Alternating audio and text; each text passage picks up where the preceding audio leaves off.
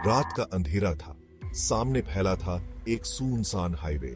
बचपन के तीन दोस्त एक अनजानी दुनिया में सफर कर रहे थे।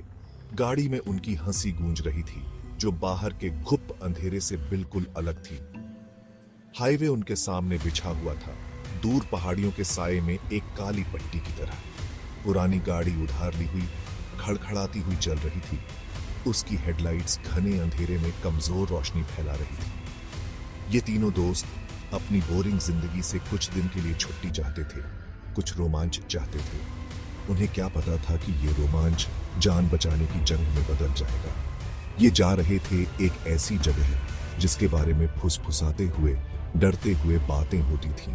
एक वीरान हवेली, एक भूले बिसरे गांव के बाहर।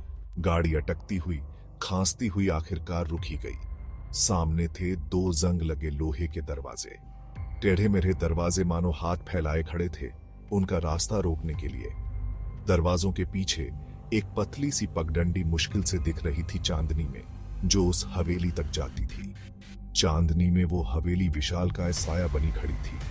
जैसे ही उन्होंने दरवाजे धकेले, हवेली से एक धीमी सी आवाज गूंजी। ये आवाज थी टूटी खिड़कियों से आती हवा की, लेकिन उस वीरान रात में ये आवाज किसी तड़पती हुई आत्मा की तरह लग रही थी। हवेली के आंगन में कदम रखते ही उनकी रीढ़ की हड्डी में सिहरन दौड़ गई। उस जगह की भयानकता को नकारा नहीं जा सकता था। हवेली का कभी भव्य रहा चेहरा अब टूटा हुआ और जीर्ण शीर्ण था, जो सालों की उपेक्षा और डरावनी कहानियों का गवाह था। हवेली में घूमते हुए उनके दिलों में बेचैनी घर कर गई। हर चरमराता कदम, टूटी दीवारों में हवा की हर सरसराहट उन्हें डरा रही थी। इन्हीं में से एक विक्रम नाम का एक हट्टा कट्टा नौजवान मकड़ियों के जालों से भरे गलियारे के आखिर में एक कमरे तक पहुंच गया। दरवाजा चरमराते हुए खुला और सामने था एक कमरा जो बाकी हवेली की तरह बर्बाद नहीं हुआ था। एक खिड़की से चांदनी अंदर आ रही थी और एक सजे हुए ड्रेसिंग टेबल और मखमल के पर्दे वाले बिस्तर को रोशन कर रही थी। बिस्तर पर चांदनी में चमकता हुआ एक चांदी का कंघा रखा था। जैसे ही विक्रम ने कंघे को छूने के लिए हाथ बढ़ाया, एक खौफनाक चीख ने सन्नाटा तोड़ दिया।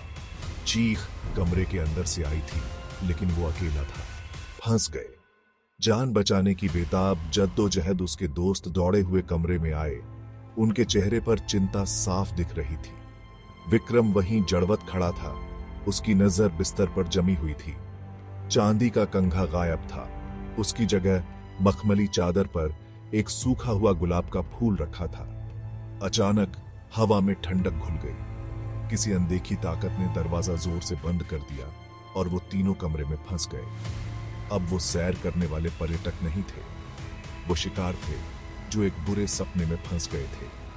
तापमान गिर गया और कमरा एक अजीब सी धुंध से भरने लगा, जो किसी जिंदा चीज की तरह घूम रही थी। धुंध के बीच उन्होंने उसे देखा। रहस्य उद्घाटन।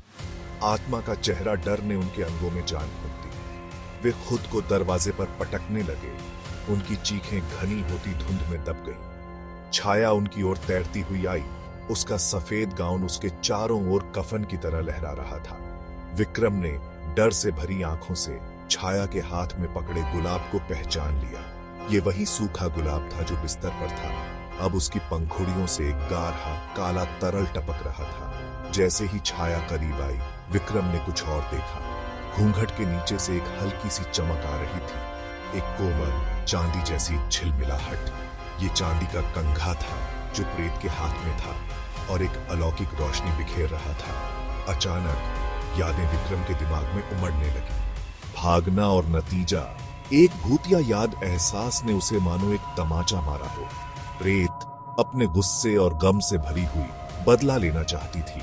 वो चाहती थी कि ये तीनों भी उतना ही दर्द सहें जितना उसने सहा था। इस विचार ने उसे हरकत में ला दिया। वो प्रेत की ओर झपटा, एक जानलेवा दांव खेलते हुए। जैसे ही उसने कंघे को पकड़ने के लिए हाथ बढ़ाया, कमरा अंधेरे में डूब गया। चीखों की आवाजें और कांच के टूटने की कर्कश आवाज से कमरा गूंज उठा। जब उसके दोस्तों को होश आया तो उन्होंने खुद को हवेली के आंगन में पड़ा पाया। उस रात की घटनाएं उनके दिमाग में हमेशा के लिए अंकित हो गईं। जो आम जिंदगी की सतह के नीचे छिपे अंधेरे की एक भयानक याद बन गई।